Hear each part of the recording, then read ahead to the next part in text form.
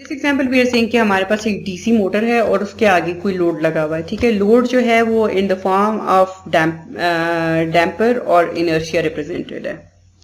अच्छा, अब ये जो हमारे पास लोड है इसको हम ये मोटर पे कैसे अफेक्ट कर रहा है, यानी आर्मेचर पे आके कैसे अफेक्ट कर रहा है। अब आर्मेचर का अपना भी इनर्शिया है और आर्मेचर का अपना भी डैम्पिंग इफेक्ट है, ये हम पिछली स्लाइड्स में देख चुके हैं। लेकिन अब ये जो लोड कनेक्टेड है इसका इफेक्ट आपकी मोटर पे क्या है, या टोटल जो with the load total inertia of the motor क्या होगा और total damping coefficient of the आपका मोटर क्या होगा। सो हम एग्जैक्टली वही रूल लगा रहे हैं जो पहले हमने गियर सिस्टम में देखा था, दैट इज N1/N2 वाला जो सिस्टम था हमारे पास, ठीक है।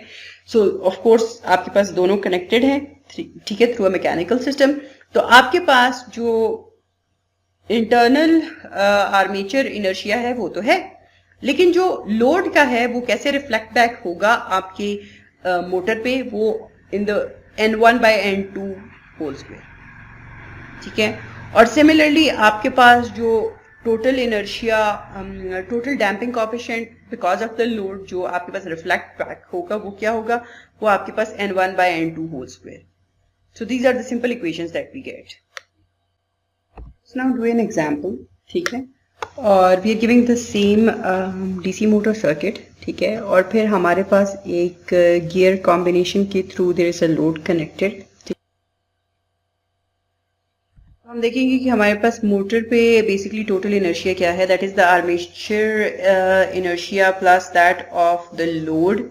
और ऑफ कोर्स जब हम लोड से अफेक्ट देख रहे हैं यूजिंग द गियर मैकेनिज्म, तो ऑफ कोर्स लोड के साथ आपके पास N1/N2 होल स्क्वायर आ जाएगा। और अगर आप वैल्यूज एवेल्युएट करें तो टोटल इनर्शिया इज बेसिकली 12।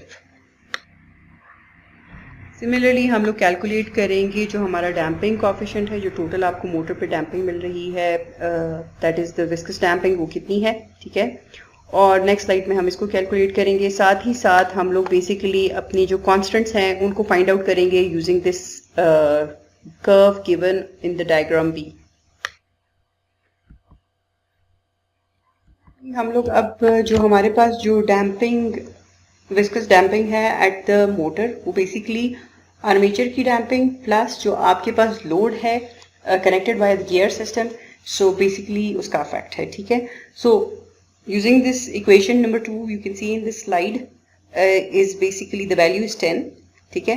अब हम अपने कांस्टेंट्स को निकालेंगे। हमारे कांस्टेंट्स क्या क्या थे मेन इक्वेशन में, हमारे पास रेजिस्टेंस थी, हमारे पास जो है टॉर्क कांस्टेंट था, और हमारे पास उसके अलावा EMF बैक EMF कांस्टेंट था, ठीक है। तो हमारे पास ये जो टॉर्क और स्पीड की डायग्राम है, जब हमारे पास मैक्सिमम लोड बाहर कनेक्टेड है, सो हैवी कि आपके पास कोई भी the speed become zero, shaft move ही नहीं कर रहा, शाफ्ट रोटेट ही नहीं कर रहा, उस टाइम पे टॉर्क मैक्सिमम होगी, अप्लाई हो रही होगी, लेकिन कोई आउटपुट नहीं जनरेट हो रही। This is known as the stall torque, जिसकी वैल्यू 500 गिवन है। ये की वैल्यू ऑलरेडी आपके पास इस कर्व पे लिखा है कि भाई 100 वोल्ट है।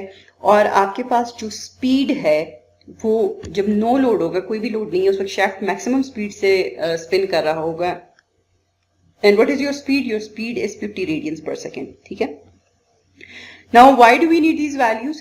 क्योंकि हमें पता है कि जो हमारे पास बैक EMF वोल्टेज कांस्टेंट है, बैक EMF वोल्टेज कांस्टेंट जो है बेसिकली वो हमारे पास अप्लाइड वोल्टेज डिवाइडेड बाय जो है आपका एंगुलर स्पीड होती है व्हेन नो लोड, ठीक है।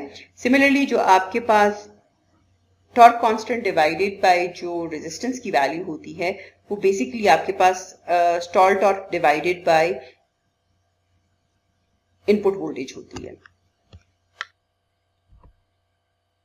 यूजिंग दीज डेफिनेशंस हम लोग जो है फर्स्ट टू KB और KT/RA की वैल्यू निकालते हैं, हम उसको अपनी इक्वेशन में पुट करेंगे, डीसी मोटर की इक्वेशन में, and these are the values that we get, ठीक है। It's a second order system of course, और क्योंकि एक आपके पास जो इनर्शिया था वो आपके पास मोटर एंड पे था और दूसरा जो लोड कनेक्टेड था उस पे था, इसलिए उसकी वजह से ये डबल ऑर्डर है।